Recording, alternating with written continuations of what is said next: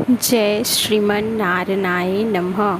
जय श्रीमन नारायणाय नमः।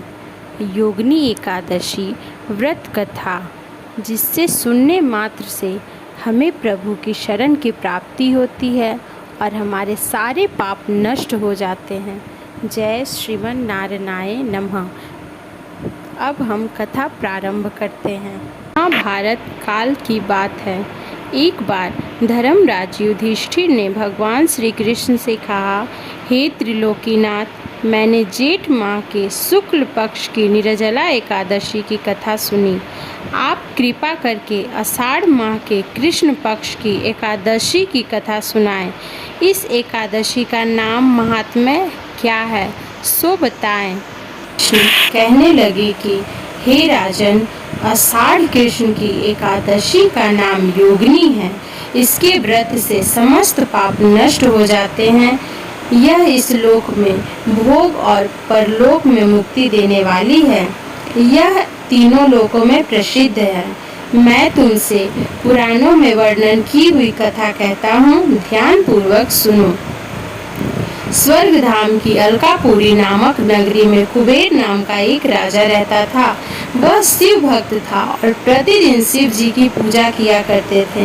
हेम नाम का एक माली पूजा के लिए उसके लिए यहाँ फूल लाया करते थे। हेम की विशालक्षी नाम की एक सुंदर स्त्री थी। एक दिन वह मानसरोवर से पुष्प तो ले आया, लेकिन कामासक्त होने के कारण वह अपनी स्त्री से हास्य विनोद तथा रमन करने लगा। इधर राजा उसकी दोपहर तक राह देखता रहा। अंत में राजा कुबेर ने सेवकों को आज्ञा दी कि तुम लोग जाकर माली के न आने का कारण पता करो, क्योंकि वह अभी तक पुष्प लेकर नहीं आया है। सेवकों ने कहा, महाराज, वह पापी अति कामी है, अपनी स्त्री के साथ हास्य विनोद और रमन कर रहा होगा। यह सुनकर कुबेर ने क्रोधित होकर उसे बुलाया। हेम माली राजा के भय से कांपता हुआ उपस्थित हुआ।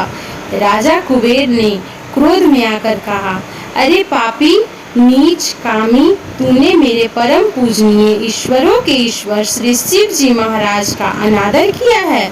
इसलिए मैं तुम्हें श्राप देता हूँ कि तू स्त्री का वियोग सहेगा और मृत्यु लोक में जाकर कोढ़ी हो जाएगा। श्राप से हेमगाली का स्वर्ग ने पतन हो गया और वह उसी क्षण पृथ्वी पर गिर गया। भूतल पर आते ही उसके शरीर में श्वेत कोढ़ी हो गए। उसकी स्त्री भी इसी समय अंतर्ध्यान हो गई। लोक में आकर माली ने महा दुख भोगे। भयानक जंगल में जाकर बिना अन्न और जल के भटकता रहा।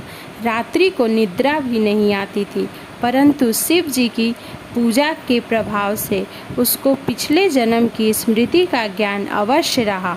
घूमते घूमते एक दिन वह मार्केंड ऋषि के आश्रम पहुँचे, जिनका आश्रम ब्रह्मा की सभा के समान लगता था।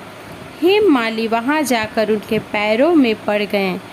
उसे देखकर मार्केंड ऋषि बोले, तुमने ऐसा कौन सा पाप किया जिसके प्रभाव से यह हालत हो गई। हेम माली ने सारा वृतांत कह सुनाया।